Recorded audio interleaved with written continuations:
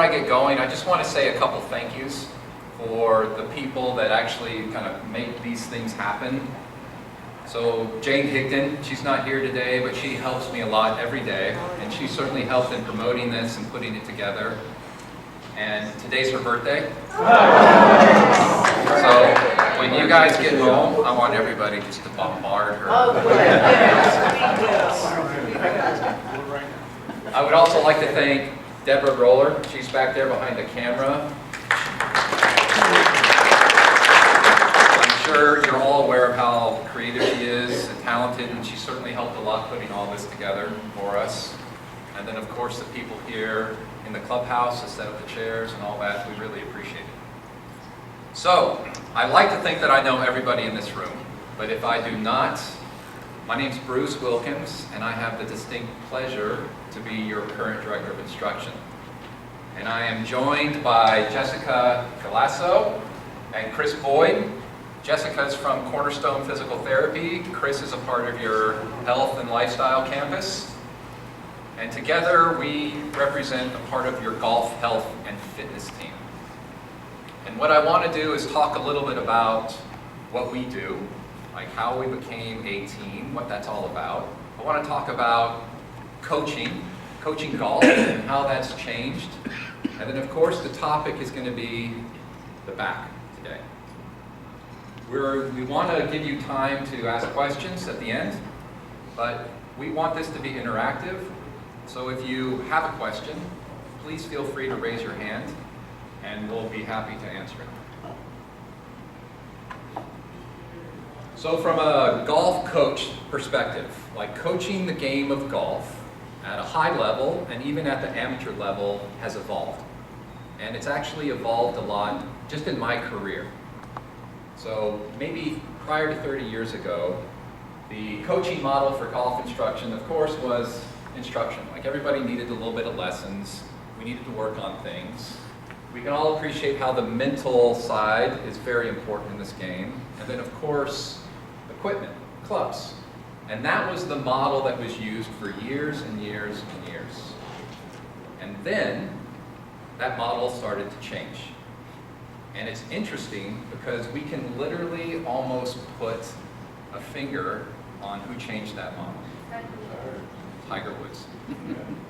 He changed the way the game's played, he changed the game itself, he changed the model for coaching. And so the model for coaching now includes all sorts of things, but the one thing that he did, one of the many things, is he brought physical fitness out into the mainstream. And prior to Tiger, I think we all can appreciate Gary Player. And if you've ever listened to him give an interview, he would talk about how all of his peers told him he was foolish for working out during tournament seasons. He didn't lift weights. So he might have been the only one, or one of few, but Tiger made it popular, right? Tiger brought it to the forefront, and now I would argue that most all professional golfers, men and women, have a fitness trainer. They have a nutritionist. They have a mental coach. They have somebody that's helping them get to the course every day and promote their business and brand. So all of these things now have changed, right? Physical conditioning, equipment, of course, still there. Instruction, shot making. This part of instruction is really the future right now. Like this is where golf instruction is going, the mental side. It's going to change, right? That's the next frontier. But we're about the physical fitness aspect of it. All right, so from my perspective, when I got into teaching and coaching, I felt very fortunate in that I recognized that early. And so it wasn't a big change for me. I knew that it was important for me to know a little bit about the person in front of me, right? How do they move? How is that different? And I will stand here today and I will tell you, there is no one way to swing a golf club. Period. It's not an opinion, it's a fact. We know that for a fact. We're all different, we're all different shapes, we're all different sizes. Some of us have limitations.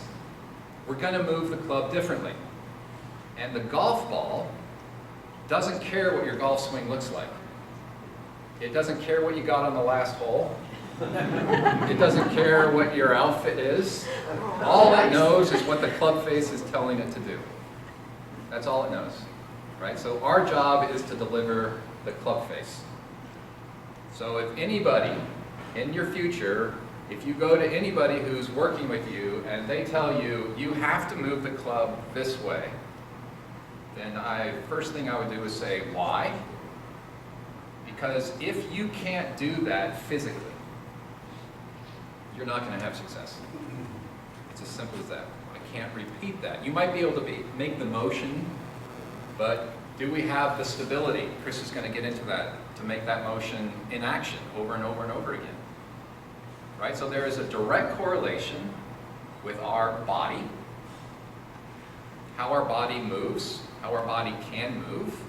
There's a direct correlation with your body and your golf swing. Total correlation, right? So when you're working on your golf swing, I hope you understand what you need to do with the body. What are the parts moving my golf swing, right? Because that has a big, big effect. All right, so when I came into Belfair, I knew that from my perspective, I always want to surround myself with people that are smarter than I am, because it makes me look better. It makes me better at my job, right? And I get better for the people like yourself. And so that was really easy for me to do here, because I reached out to Cornerstone Physical Therapy and your fitness team, right? So Jessica and Chris really know their stuff. And when we sit down and meet together and talk, I always walk away learning something. So together, we want it to be a team, right? We want to surround you just like the best players in the world are surrounded by professionals. So we like to think that we're around you. You are our tour athletes.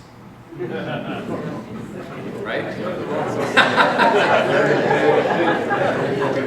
Didn't know you were a comedian. So when we get together and we talk, we thought it was very important for us to have a mission, right? To have a mission statement that we put out for the membership so that we are all on the same page. And this is the Golf Health and Team mission statement, right? We want to provide exceptional service and education to the Belfair golf community. All right? We strive to support good health, injury prevention, and longevity in the game, keeping our membership active and to enhance the Belfair lifestyle. Right? That's our goal. We want to keep you all playing this game for a very long time. We want you to enjoy the lifestyle that you live here, and we certainly want you to play this game pain-free. All right, that might mean that we have to change some things in your golf swing. That might mean that you might have to focus a little bit more on maybe some exercises and some stretches that you need to do. But whatever we can do to keep you in the game longer. That's our goal.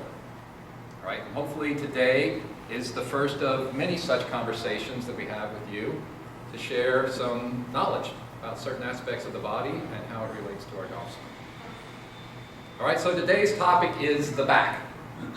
And from my perspective, it's something that I hear daily. Injury, soreness, pain. I've certainly had back problems in my history, and so I'm very aware of it, and I think it's very common. All right, so that's why we chose to talk about it first. And the way we're going to work this, we introduce the topic. The next really smart person in this room is Jessica, and she is going to actually tell us more about the anatomy of the spine, how it's designed to move or not move. Chris is going to talk to us about mobility and stability in our body, and then we're going to introduce several topics in the golf swing. So I'll talk a little bit about the golf swing itself. Jessica's going to be talking about the interaction of the body, how it's moving, and Chris is going to give us some insights on how we can improve it. And we had a request when we first put this out. One member couldn't make it, so they wanted to make sure that we were going to film it. So it's being filmed. It'll be available. But then I will let you know as well that Chris is going to put together some of the exercises that he's going to be introducing to you. We'll put them in a video, and we're going to send it to everybody that's here today. Right? So everybody's going to get the information. All right, so with that being said, Jessica. If you guys can't hear me in the back, just let me know. So we're going to start with just the anatomy of the spine, so that way everything kind of makes sense later. So starting at the top and graining of your cervical spine, that's pretty much just your neck, supports your head, allows it to move in all directions. The orange segment is your thoracic spine, so that primary motion would be rotation, which is very important for your golf swing. It does a little bit of bending forward and going backwards, but primarily we want it for rotation. In pink, you have your lumbar spine. That primarily moves in flexion and extension, so bending forward and backwards. Does a little bit of rotation, so lumbar and thoracic are kind of opposite of each other. At the very bottom, you have your sacrum and then your coccyx. Those are all fused vertebrae. They attach to your pelvis, not super important for today's topic. So between each vertebrae, so that's what makes up the spine, you have your intervertebral discs. That's what kind of gives you shock absorption, cushioning. Over time, as we age, those start to degenerate, so they get smaller and smaller. So between each vertebrae, you have your joint space. That is where the nerves come out. So over time, if that space gets more narrow, that's where we start having nerve impingement issues. So anytime you have your back pain, pain going down the leg, down the arms, it generally is coming from the spine. Even if you don't have back pain, that can occur. Does anyone have questions about that kind of brief anatomy lesson? All good? All right, so if you want to take away the symbol. All right, hello everyone. If you look up here, you'll see that our bodies are designed to move, and to move in a specific way, in a specific order. And the way that the joints are stacked is that we come up from the ground, and if you see this, you see there's mobile, there's stable, there's mobile, and stable, and it just kind of goes up the chain like that. Well, if any one of these links gets out of whack, so to speak, then it goes up the chain or down the chain, depending on where that is. Areas we're going to be talking about today is the spine and the hips. The hips, if our stable joint and this stable joint, the hips become unable to move, it puts stress up and down the chain. So when you're no longer mobile through the hips, you may have knee pain, or you might have pain in the back. So it's important that we keep all of these mobile joints mobile so that our stable joints don't get under a lot of stress. When they get under a lot of stress, that's when bad things start to happen. So that's what I wanted to talk to you about today, is that when you're thinking about your body, think about how all of this interacts together.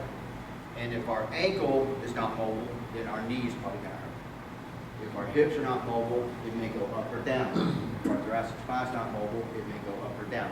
So we have to think about that as we go through this. So what we're going to talk about today is how can we keep this stuff moving properly, keep it stretched, stable, and mobile. When I first was introduced to this, you know, the idea of stable and mobile, like if we can do something, what is it, 360 or both ways, not just forward and back, but around, like that would be called a mobile joint, like my wrist. Now, obviously my elbow moves, but it only moves this way and this way. It doesn't spin around, right? So this would be a stable joint. And then my shoulder, mobile joint, right? Your lumbar spine is a stable. It's not mobile. It does not want to move. And when we hurt our back, majority of the time, we're asking it to move. So just like Chris said, that meant something up in here. Maybe my thoracic spine is tight. Maybe my hips aren't moving. And when I'm making this turn in my golf swing, all of a sudden this is being asked to move. Am I correct in that? And that's a lot of times when we see pain occur, right, or injury. So to Chris's point, what we need to focus on, it's not the lower back's problem. You're not fixing the lower back. It's what surrounds the lower back. It's either upper spine, thoracic, immobility, or we stop moving our hips. Something similar to that. So when I first, you mean it's not my lower back? No, that's where it's being transmitted. That's where it's showing up. But it's everything around it. Does that make sense? All right, so when we're talking about the golf swing today, what we're going to talk about would be just two main things instead of everything. I'm going to talk about posture, how we set up, right? I'll talk about one main swing characteristic for men, and then I'm going to talk about one main swing characteristic for women. All right, but again, if you have questions, right, at any point, please ask. So when it comes to golf posture, right, many of us, of course, have taken lessons. We're thinking about our golf posture. We've been told about our golf posture. I want you to understand that there's different postures. Not everybody looks the same. But please, please, please, please, and I can say this for everybody in this room, do not think you have to be Adam Scott. You're not going to get there. Sorry. And that's okay. All right, but there's some things that we want to avoid. We have two main postures that we talk about that are faulty. One would be called an S posture. And an S posture would be when I have a little sway back in here, right? I've been told to stick my fanny out maybe a little bit farther, right? So that puts an arch down there in the low spine. And Jessica and Chris are going to talk more about that. And then the other common one that I see a lot would be C posture. Right, so excessively rounded in the upper spine. So both of those postures will cause some limitations in how the player is going to then move from that position. So if we set up in a faulty starting form, and now I'm asked to move, there's going to be some problems there. All right, that's why we want to go into posture. The two models that I have up here, I hope everybody recognizes this one. I use him a lot as an example because a lot of gentlemen that come into the Bay, when I first film them and they look at it, it's always great when I film because when I look, say, when you see on the film, like, oh, I need to lose 10 pounds. Why did I wear that sweater today? But a lot of people immediately look at their upper back. Like, oh my gosh, I look so rounded, right? And there can be some excessiveness to there, but would you go up to Jack Nicklaus and say, Mr. Nicklaus, you have a C posture? Right? But he is a little bit more rounded than this young man.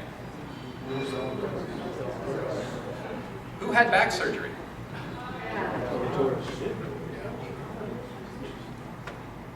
Okay. So it's not all related to his setup, but I will tell you, I've read the articles and what happened to him, and they changed his setup. Right afterwards? No, before. Okay. So there was a little that there, and a lot of it had to do with something else that he was doing in his golf swing. But my point in showing these two models is that there's no one way, but please, we're going to talk about the C posture, but remember, for most of us, when we bring our arms down onto the club itself, right, my shoulders round a little bit. By no means is this bad. This would be bad. All right, so Jessica. So something that can contribute to, we'll start with C posture. We call this far picture your, upper syndrome, right? Upper cross syndrome, thank you. So it's a mixture of muscle imbalances, some are tight and some are weak. So that top picture, think of your person that sits at a desk for their entire career on a computer all the time, right? So you Raise of have hands. plenty of us, right? Okay. So you'll have tightness in your upper trapezius scap. So to put that in perspective, that is the muscle that kind of runs right here in your neck. Anytime you're under stress, you probably can feel some tension there for sure. In all my patients with neck pain, this is always tight. The other tight area is your pec. So think your forward, shoulders are coming together, those chest muscles are going to be tight. The weak spots is going to be your deep neck flexors. So if you think about your low back, you have your core muscles that support it. Your deep neck flexors support your neck in the same way. And then you have your lower trap, serratus, and middle trap usually is weak as well. So to explain your trap muscle, it's pretty much shaped like a kite. It runs from the top of your neck, goes across your shoulder blades, and down to about your mid to lower back. So the middle and the lower section tends to be weaker. That's what will pull your shoulders back, give you better posture. Where the upper trap tends to just be tighter. So then with the S posture, so we're looking at this guy here, how arched he is. Looking there, you can see how much tension and stress that's going to put on your spine, which can cause that nerve impingement I kind of talked about a little bit before. And same idea, it's that lower cross syndrome. Some areas are weak, some are tight. So for this one, tights the extensions of your lumbar spine, so that's what keeps us upright. They're so tight you start to arch. Tight hip flexors, that's also common in my people that sit all the time because that's the muscle right here. So it's going to be tight if you're sitting. And then weakness in the abs, that's what would pull you more forward instead of being so arched. And then weakness in the glutes. I will say with all my low back patients, glute weakness and a weak core or weak abs shows up with every single one. I would say 99% of the time. That's either a result of it or a major cause of it. That's great. That's great. All right, Captain, what are we going to do about it? So with that said, anybody who's trained with me knows that we're always hammering the glutes, always, and we're always doing some kind of row, something to bring our shoulders back. We'll talk about this one first. There's a lot of different exercises that we can come up with to correct this, and I by no means have time to go through them all today, so I'm going to pick out what the major ones are. Any type of pulling motion will strengthen these muscles up here so that it pulls your rolled shoulders back where they belong. Your neck will start to come back up where it belongs and sit back up on the shoulder. Takes that stress off the back of your neck. So a good exercise, very simple, none of this stuff has to be complicated. Simply holding a band like so and just pulling out. Now as I pull out, notice that my chest opens up. So I'm actually getting a little stretch in the front. I'm squeezing my shoulder blades together in the back, pulling back like so. So that's going to start to strengthen those muscles. Now this is going to take some time. It's not going to happen in a week. Okay? You're going to have to really work at it. But this is just one example. Pulling like this, anything that's going to open the chest and strengthen the back. Now as far as the chest goes, we want to do some stretches that are going to open this up. Put your hand in, think of a doorway, put my arm in the doorway, maybe step through a little bit, get a little pinch, you can just kind of turn away. That's going to start to stretch that pec muscle. What we don't want to do is this. We don't want to start slamming through the door, doing these ballistic stretches, because I'm going to stretch out today. It's not going to happen. Right? Obviously, what you do to one side, you're going to have to do to the other. Okay? So that's really the two main ones for that. And like I said, there's plenty of exercises. We can't dig that deep today. Now, if we get down into the S posture, what happens is if my pelvis is a bowl, it's tilted forward, dumping water out onto the floor. So really what I want to do is I want to get it back up here. So we want to try to find where our neutral is. Now, I'm not going to have people stand up and do this, but a lot of you may not even be able to do this. In the past, when I've done assessments, I get this. This and this is moving together, but we need this. We need to separate it. This stays really nice and still, and this moves forward and backwards. So we have to figure out how we're going to do that. So first of all, as Jessica said, these hip flexors get really, really tight. So pulling everything forward. So a good stretch would be just to get here, foot out in front. This is the hip flexor I want to stretch. I'm just going to move forward, and that's going to start stretching that hip flexor. If you put a hand on a wall, if your balance is off. Another way to do this is you can get down on the ground and push forward as well, making sure that you stay nice and high here, and you can stretch that out. Also, one of the things she mentioned was the core gets weak, so everything gets pulled down. We got to strengthen the core. One of our go-to core exercises is the plank. Who in here has done a plank? Most of you in here have done a plank. I'm going to do it right here just so it gets on the video. Some of you may not be able to see it, but a good plank, there's two ways to do it. You can do a high plank, which is on your hands. You get here like so, and you want to just try to tilt your pelvis back. Try to find neutral. What you don't want is this, because now we're just going back to the same situation we're trying to get out of. So we're here.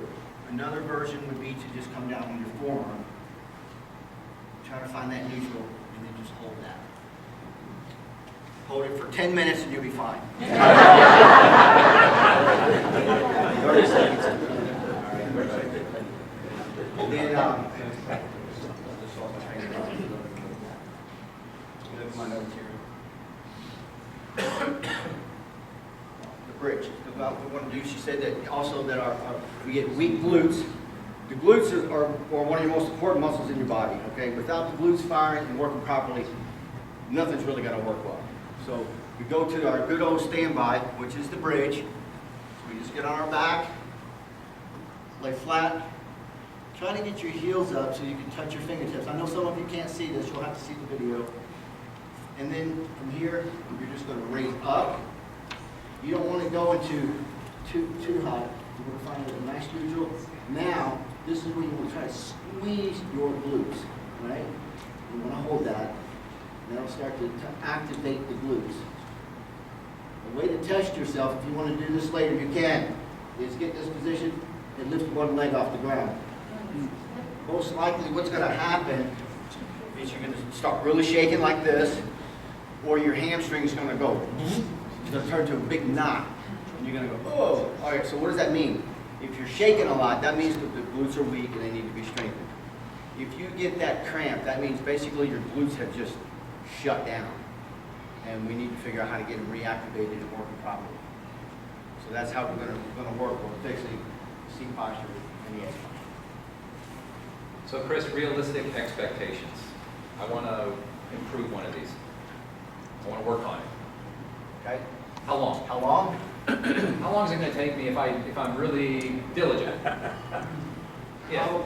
To start to see improvement, you would have to, it depends on where you're at when you Yeah. start, but let's just say, I'm walking down like this. It's probably going to take 4 weeks just to start to get improvement. I mean, it took us a long time to get here, right? Yeah. So we gotta work with it. And here's the thing about fitness. Fitness has to be consistent. You have to stay with it. You have to do it consistently. You can't show up every other week or every now and then and try to fix it. It won't work. So I would say give it 4 weeks to start seeing improvement. To really lock it in, you know, you got to keep at it. How many times a week is consistent was the question. Every single day. Now, a minimum of 3 times a week is really what's recommended. You could do more. Depends on what you're doing. Depends on the exercises that you're doing. Usually, we'll call these, for lack of a better term, we'll call these rehab type exercises. They're generally not overstressing. I mean, she does these all the time. So you could do them a little more. Now, if you were doing like heavy weights or something like that, a different type of protocol, then you wouldn't want to do that every single day. But for these types of exercises, just about every day would be fine.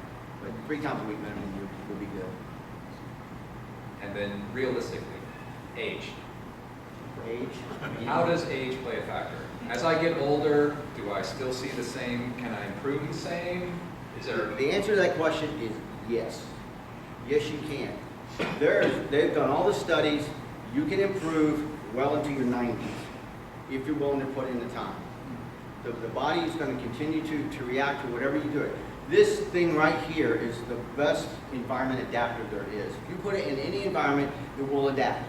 If you sit on the couch eating potato chips, it will adapt. Right? If you get out and do fitness and and work at it, it will adapt. It will change. You can remodel yourself. And basically, that's what happened here, is your body has remodeled from when we were younger. We weren't born like this. We created this through our work and everything else.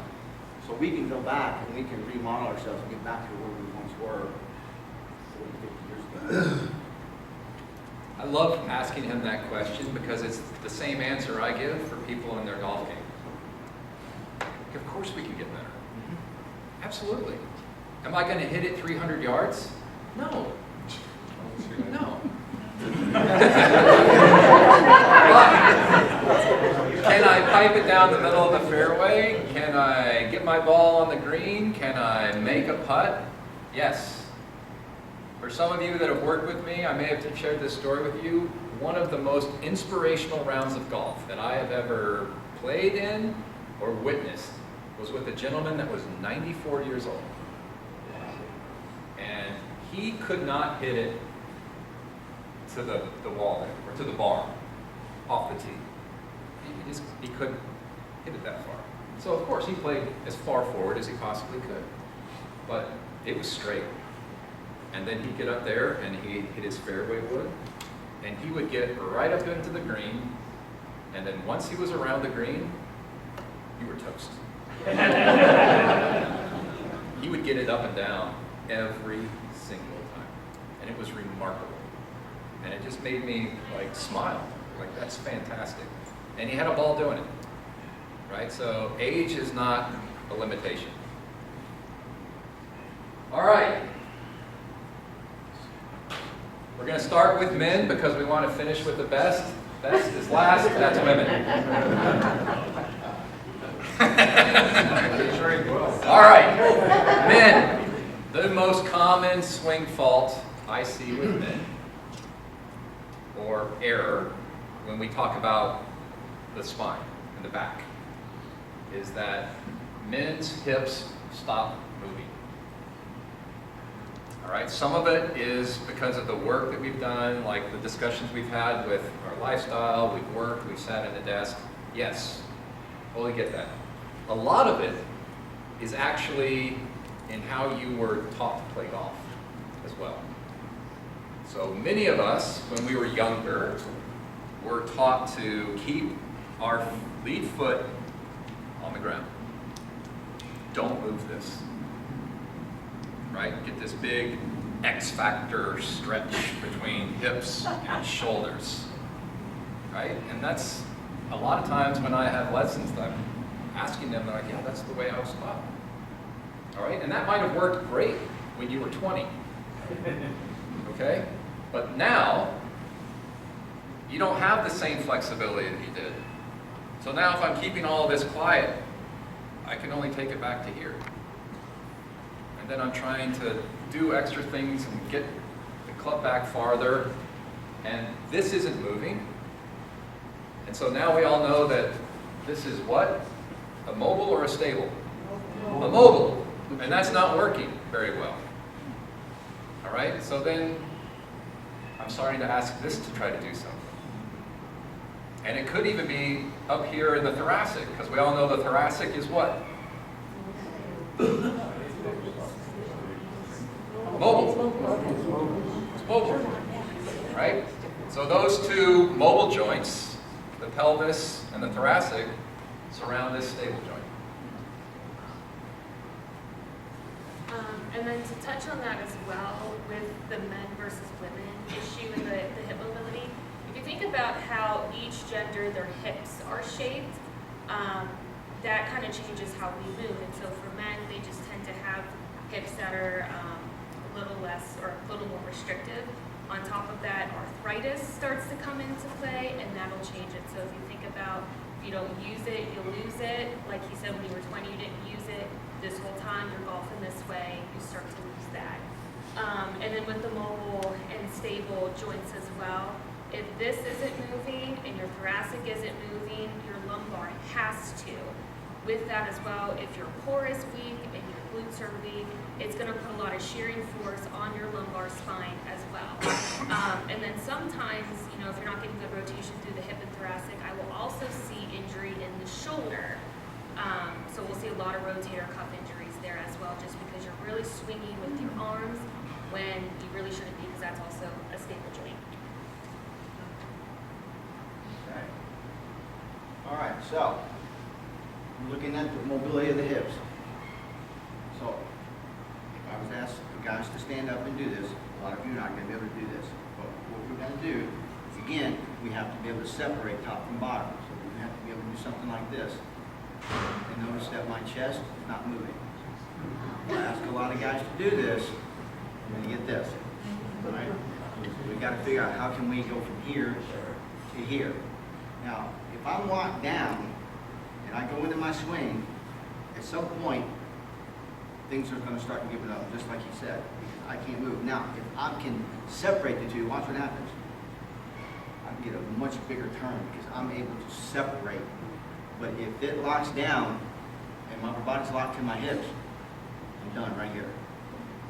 Like what she said about the rotator cuffs, now I've got to figure out how I'm going to get the club back around and get the speed I want and the power I want. So I'm going to have to really come flying through this thing. If I'm still somewhat athletic, I might pull it off, but eventually it's all going to go to hell and that's just the way it goes. All right, so two things I've already covered as far as the hips go, and she just mentioned again, she talked about the core and we talked about the glutes. So we would need to do those two exercises as well. That would be the plank and the bridge. That's going to also help with getting these things stronger and being able to move. Now, how can we actually get these? Again, if I get down here, there's an exercise called a cat-cow, and it's like this. And what I'm going to do is I'm going to bring my hips up like this, just like this. If we can get this moving, and we're not. Some people are doing this and all kinds of weird stuff. Okay, we got to get here. If we can get to that point, then we can start working on that rotation. And one of those exercises, we call this a white bird. I'm just going to lay back here. I'm going to get my feet just outside my shoulders, lay flat. And I'm just going to roll to the side. These are very simple exercises. You don't need special equipment. I'm going to roll to one side, and as I roll, hopefully my outside leg touches the ground. If it doesn't, here, and what I do at this point here, this top knee, I'm just pushing towards the floor. It's not going to touch the floor. If it touches the floor, we're in trouble. You push it down, and you really feel this stretch through the side here. And you just kind of roll back and forth, get really stretched out.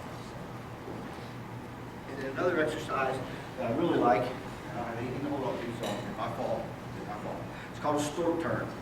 And what this is going to do is going to create internal and external rotation in the left and the right side, depending on which leg I'm standing on. I'm on my left side, and you get this behind my knee, and I'm just going to turn side to side like this. Now you'll be hanging on to something. So you won't have to stand out here in space and do this, but you're going to go side to side, and then you would switch over to the other side. And as I turn in, this is actually external. Because think of my leg going out like that. When I turn it this way, it's going that way. When I turn this way, it's internal, it's going this way. So that's how we're going to start to develop that internal external rotation and get these hips moving. So those are the exercises that you want to try at home or at the fitness center. Probably at the fitness center, And again, with your golf swing, right, there's no one way. Some people can actually get to the point where they can start doing this. And some of you won't be able to. All right? However, there's a fountain of youth out there.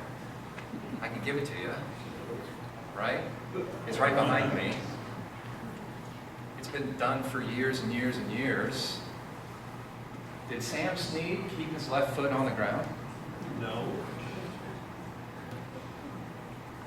No. Did he let that knee work inward? And what did that allow him to do? It allowed him to turn his hips. Right? So what you're doing with your legs, what you're doing with your feet, have an effect on your hips. So if I'm taking this golf club to the top of my backswing, and I keep this left leg right where it was at the start, I'm only going this far back. right, so gentlemen, if you want more distance, if you want the fountain of youth, let that thing move. I'm giving you permission to let it move. Okay? Will that change your timing and everything? Yes, of course, of course. We work on it. If you can turn this more, you can turn this more. All right? Now, I might not be able to disassociate really, really well, but I can put the club in a different spot, and I can still play great golf, and I can get more club head speed. For every mile per hour we add to your golf swing, you get 3 yards, if you hit it well. Right? But for those of you that have struggled with this, please, take a great piece of advice from this, from the greats that have played this game. They moved. It's only the modern game that has changed it into keeping the legs stable, keeping the foot on the ground. If you can make a great turn and do fine, that's great, but most of us, a lot of us can no longer do that. All right, so allowing that foot to come up, allowing that knee to work in, let your hip turn more. If your hip can turn more, you can turn your chest, your shoulders, your thoracic more. You can get your hands and arms back farther. Question. Answer. Watching the Champions Tour. Yes. Okay? Yes. These guys are more my age than Yes. Yes. Although they were 50 when they started. But Yes. anyway, the older ones. Yeah, no. The older ones are my supersede. Anyway. Yeah. Are they lifting their foot? Yes. Or are they going back into the Yes. new stuff? Okay. No.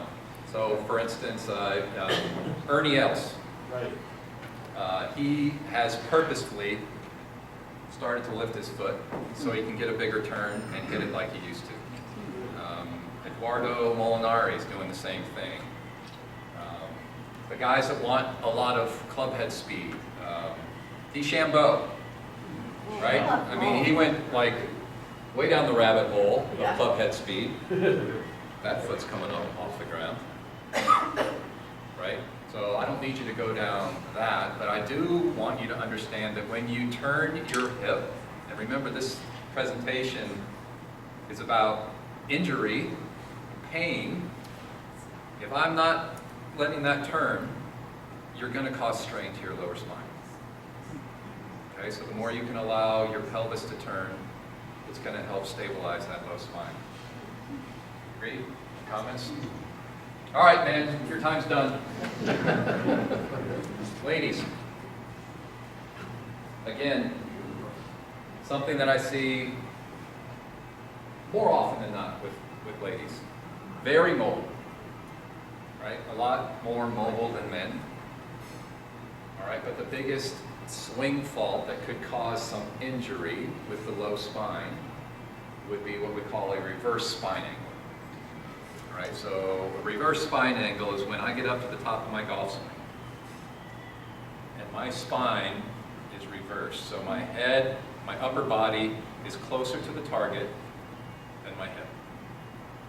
All right, you can see how this looks uncomfortable, right? And I can even feel it just holding it. Like I can feel it tight right there. All right, so the longer we do this, of course, I'm health and longevity first in my book, but then now you got to get back down to the golf ball. And your subconscious knows that this isn't going to work. Okay? So then I've got to, do something different. So I can do all sorts of things from that position. Right? It requires a lot of timing, but again, health and longevity first. And so this type of swing, it's going to cause a lot of stress and tension on the spine and the muscles in your lower back. So they might get strained, they might spasm, all that good stuff. And so with every joint, whether it's golf or something else, we're always looking at mobile versus stable, right? If we're too mobile, we have lost stability, and that's where the strengthening comes in. So for women in general, we tend to have weaker cores and weaker hips, and part of that is the way we're built, because men tend to be pretty straight, women tend to be more curved. part of it is just, over time, fitness for women, not always popular. For men, they might have been working out their whole lives, so you get to retirement, you decide to start golfing, and you have no strength to back it up. Other things that might affect it is when you had children, if you had a C-section, any abdominal surgeries, that's cutting right through those core muscles, and unless you're really working hard to get that back, it's going to leave weakness. And then the sides of the hips are, with any back patient I have, they're usually weak there as well. That kind of ties into the glute situation, and that's what you need to really do the swing through. Otherwise, you're using all those back muscles, and they are not made to do that. They're made to strictly hold yourself upright. So, as we're talking through this and the different exercises and the different characteristics, you can see that there's a lot of overlap in some of these deficiencies, and the exercises needed to correct them, there's a lot of overlap. So basically for this one, all the exercises that I talked about today so far is what you need to be doing now. So that, but the main thing is core's got to get strong, and the glutes have got to get strong. Now, women tend to also have the S posture. So if we get into this here, and we go back to swing, at some point either we have to figure out how to get our pelvis back to neutral before we get into the backswing, or we're going to move away and back like he said. And then that's when this gets pinched and everything goes to hell. All right, so we got to get here. That's where those exercises come out. I don't have anything new to show you on that because I already showed you. You're going to do the plank, you're going to do the bridge, you can do the wipers.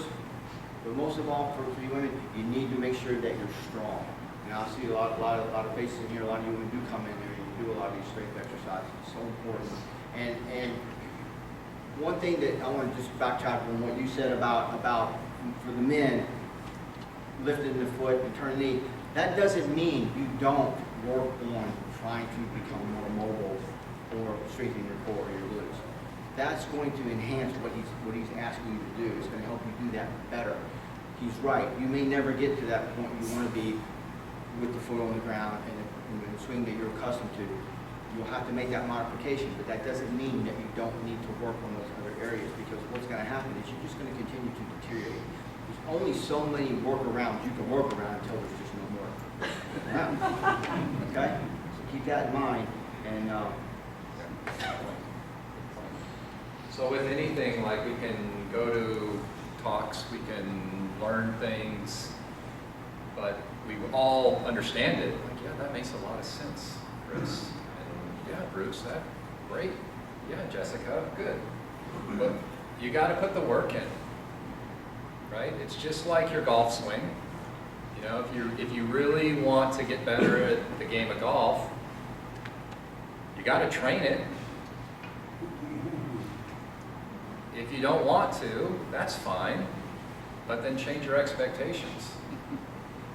All right, so with all these things that Chris is showing you, with the education that Jessica has given you, like, we need to take that, we need to make it a part of our lives, right? It needs to be habit, right? We need to do these things so we can actually enjoy the game longer.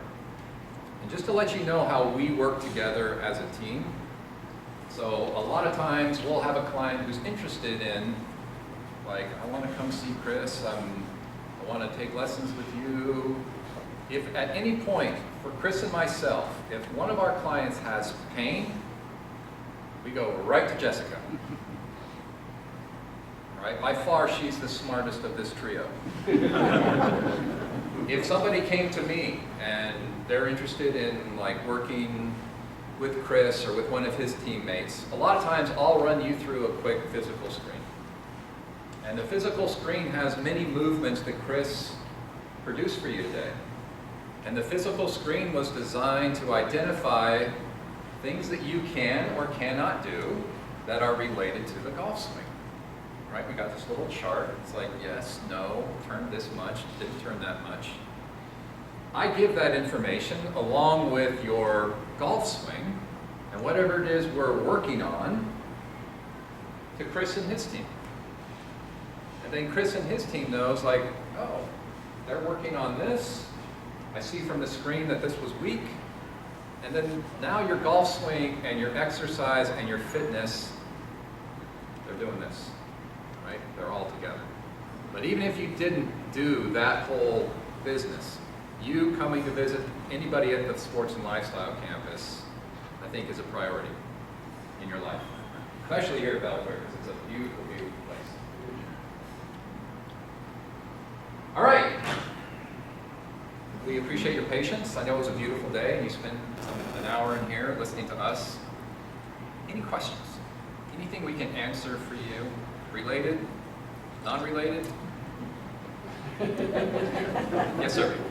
Bruce, it's not so much a question, it's more a testimonial. When I came to Belfair 4 or 5 years ago, and I went to see Bruce for a lesson, I had so many different swing concepts. I had stack and tilt, I had one plane.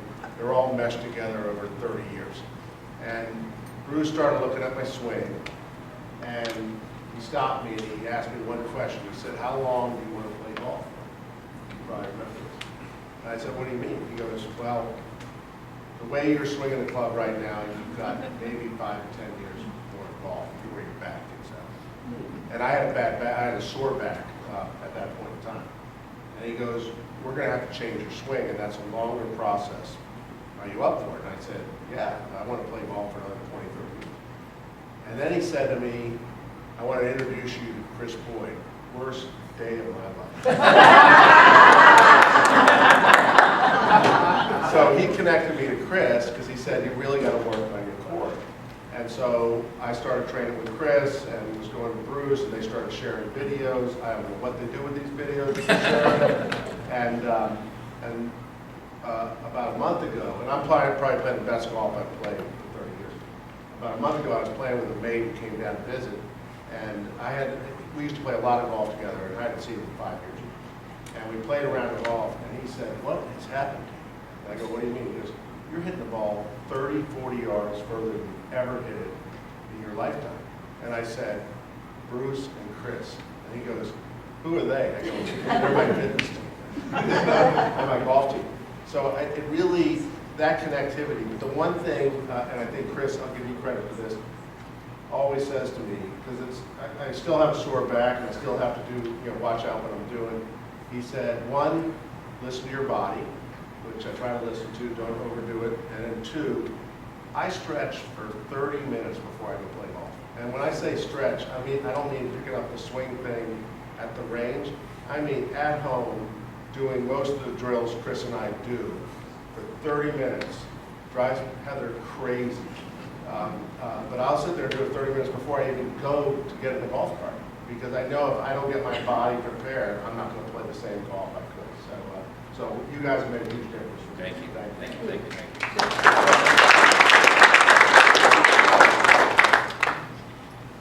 So that leads to the question, what stretches should we do before we get there? We've already made that video. We have made several videos for you, our membership. They're all on the website. Mm-hmm. Yep. Member website. I know they're on, she posts them on YouTube, on the Belfair YouTube. But the one about the pre-round stretch and the post-round stretch, actually we reposted that, I think, last month, not earlier. Within the Wasn't last too couple long months. ago. Mm-hmm. Yeah. But it's out there. It's out there. And if you need help like finding it, Deborah knows where it is. Yes, sir. There's also a class every morning for those who aren't aware of it, Monday through Thursday, golf stretching class. Great. Yes, sir. If you were moving to the next part that you would focus on as opposed to the back, Yep. would be the shoulders, the knees, or what is probably the next best, between your experience there? Yeah, so knees. Yeah. We did a video series on the injuries that we see, a lot of hips, knees, and shoulders. Yeah. Right? Hips, knees, and shoulders. So, as long as there's interest, we're certainly going to be doing this for you. This is what we love to do. Each one of us up here loves what we do. And so if at any time you're like, gosh, it would be great if we could learn more about this, then please just reach out to one of us. We'd be happy. Good job. Yes, sir. Thank you We very got one more. Sorry, just one, Sorry. the room that, the learning center for Yes. stretching, is that available when Jessica's not here? I'm not. Jessica's not there anymore. Oh, I'm in the fitness center now. oh, okay, so is that available to us? That's yours. Yeah, we have a table in there, there's weights, there's exercise things. There might be 3 people that I see on a daily basis use it. So, yeah, it's yours. Use it a lot, a lot. Because if you don't, they're gonna turn it into a bar or something. No, thank you all very much.